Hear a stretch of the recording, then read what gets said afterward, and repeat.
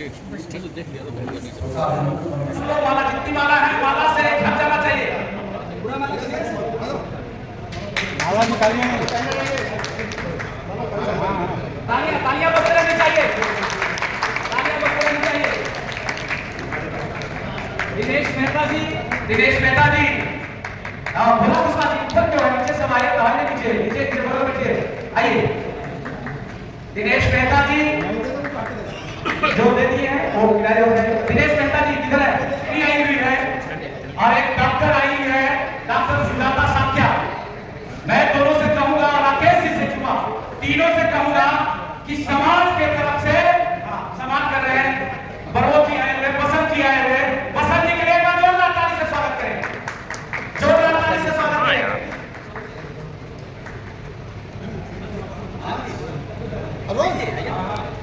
दिनेश मेहता जी अब सही है। निशिकांत जिंदाबाद, निशिकांत जिंदाबाद। उद्देश्य तीन ही मेरा मुख्य उद्देश्य है इस रैली का, और पिछले 9 महीनों से मैं बिहार के अलग अलग जिलों में जाकर जन आशीर्वाद संवाद कर रहा हूँ। इस संवाद करने का मुख्य उद्देश्य यह है कि मैं अपने समाज को, जिस समाज से आता हूँ, उस समाज को एक मजबूत और एक समृद्ध समाज कैसे बनाऊँ, और दूसरा जो हमारा है कि हम अपनी खोई हुई विरासत को कैसे बचाने का काम करें। जहां हम बोलते हैं कि हम सम्राट अशोक के वंशज हैं, चंद्रगुप्त मौर्य के वंशज हैं, तो कहीं ना कहीं आज हमारी जो विरासत है वो लुप्त हो चुकी है, ख़त्म हो चुकी है। तो अपने विरासत को बचाने का काम कैसे करें। और तीसरी जो सबसे बड़ी बात है कि हमारी आबादी के हिसाब से जो हमारे जगदेव बाबू का जो अधूरा सपना रह गया था कि हमारी जिसकी जितनी आबादी है उसको उतनी हिस्सेदारी मिलनी चाहिए, तो उनके अधूरे सपने को पूरा कैसे करूं। और मेरा जो आखिरी उद्देश्य है कि जिस राज्य में मैं पैदा हुआ हूं, जिस मिट्टी में मैं जन्म लिया हूं, उस बिहार राज्य को एक विकसित राज्य कैसे बनाऊं। तो ये 5 मुख्य उद्देश्य है। इसी 5 मुख्य उद्देश्य को रखते हुए जन आशीर्वाद का जो संवाद है पिछले 1 साल से 9 महीने से चल रहा है। सर, आप जन आशीर्वाद का जो सिलसिला आपका चल रहा है लगभग 1 साल से, हम देख रहे हैं कि बिहार के अलावा भी कई राज्यों में आप जा रहे हैं। बिल्कुल। अभी सर आपकी कोई राजनीतिक दल भी नहीं? बिल्कुल नहीं। तो आने वाले समय में आपका क्या प्लानिंग है? किसी दल के साथ जाएंगे या किसी गठबंधन में जाएंगे या अपना दल बनाएंगे? हाँ, ये सवाल आपका बहुत अच्छा सवाल है। राजनीति में जाएंगे या नहीं जाएंगे इसका फैसला हम कुछ महीनों के बाद लेंगे, जब गांधी मैदान में हम पूरे बिहार के अलग अलग सारे जिलों से हम लोगों को बुलाएंगे। हमारा एक ही उद्देश्य है कि अगर मुझे हमारी आबादी के हिसाब से अगर कोई भी राजनीतिक दल के लोग हमें टिकट नहीं देंगे तो हम पार्टी भी बनाएंगे और चुनाव में लड़ने का भी काम करेंगे। जैसा कि आपने कहा पार्टी बनाएंगे, चुनाव लड़ेंगे। बिल्कुल बिल्कुल। बिहार में आपके अलावा भी समाज के कई सारे नेता हैं जी, जो कहते हैं कि हम ये करेंगे, हम वो करेंगे, और लगातार वादे भी करते आ रहे हैं, सत्ता में भी रहे हैं। बिल्कुल। लेकिन अब समाज आप पर ही क्यों विश्वास, आप ऐसा क्या अलग हट करने वाले कि समाज आप पर विश्वास करे? देखिए, समाज मुझ पर क्यों विश्वास करे, ये भी आपका अच्छा सवाल है। नेता और मुझ में सबसे बड़ा जो फ़र्क है कि नेता बनने के बाद लोग समाज के लिए सोचते हैं और समाज का सेवा करते हैं। निशिकांत सिन्हा नेता बनने के पहले समाज का सेवा किया है और बहुत कुछ समाज के लिए योगदान दिया है, जो कि आज तक कोई भी नेता जो निशिकांत सिन्हा समाज को दे दिया वो कोई भी नेता आज तक दे नहीं पाया।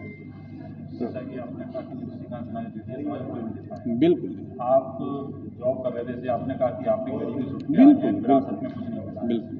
आपके घर में भी आप अपने घर वालों को बता के आए, लेकिन अब जो राजनीति है, राजनीति बहुत ही कठिन है, बिल्कुल। इतना आसान नहीं राजनीति।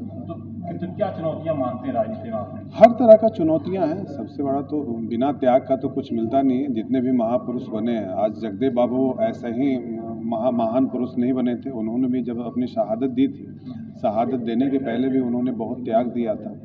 तो जो त्याग जितने भी महापुरुषों दिए थे वही त्याग मैं भी देने की कोशिश कर रहा हूँ, ताकि आने वाले समय में हमारा समाज मजबूत समाज बने। मैं अपना समय, मेन तो समय है, वक्त है, और समाज के लिए 24 घंटा लगातार दिन रात काम कर रहा हूँ। आज ना तो मेरे पास सोने का समय है, ना तो खाने का समय है। हर जिला दौरा कर रहा हूँ, हर प्रखंड दौरा कर रहा हूँ, ताकि 2025 का जो चुनाव हो वो हमारे समाज के फेवर में हो और हमारी आबादी के हिसाब से हमारे अपनी हिस्सेदारी मिले। सिन्हा जी, समाज को बांटकर क्या समाज को एक मजबूत करने का सपना देखना एक बुलावा नहीं है? किसने समाज को बांटा है? जाति के नाम पर, धर्म के नाम पर। बिल्कुल बिल्कुल, मैंने तो वही अभी अपने स्पीच में, भाषण में बोला कि जिस सम्राट अशोक ने पूरे देश को नेतृत्व किया था, उनके शासन में कभी किसी को बांटा नहीं गया।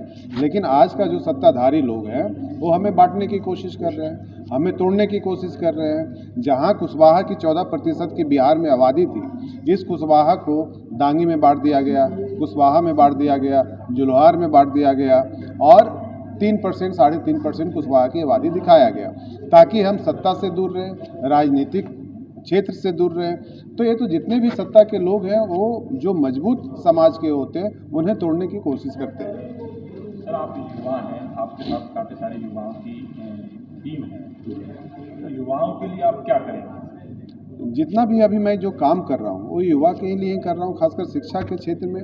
और जो मेरे पास जो एक्सपीरियंस है उस एक्सपीरियंस को मैं बिहार को एक विकसित बिहार बनाने का काम करूंगा, क्योंकि वहाँ पे जो सबसे बड़ा जो अभी समस्या है बिहार में वो पलायन की समस्या है कि बिहार में जितने भी युवा हैं वो सारे बिहार को छोड़कर, या यूपी की बात करें या बिहार की बात करें, ये दिल्ली जैसे शहरों में जा रहे हैं, बॉम्बे जैसे शहरों में जा रहे हैं, गुजरात में जा रहे हैं।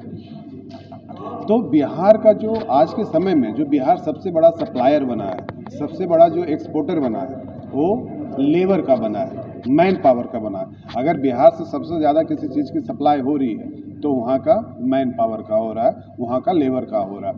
वही बिहार के लोग दिल्ली में आकर काम करते हैं, वही बिहार के युवा गुजरात में जाकर काम करते हैं और गुजरात को एक विकसित और समृद्ध राज्य बनाने का काम करते हैं। क्या यही बिहार का युवा अगर बिहार में काम करेगा तो बिहार एक विकसित बिहार और एक समृद्ध बिहार नहीं बनेगा? बिल्कुल बनेगा। ज़रूरत है वहाँ पे कंपनियों को लगाने की, ज़रूरत है वहाँ औद्योगिक क्रांति लाने की, ज़रूरत है वहाँ पे लघु उद्योग लाने की।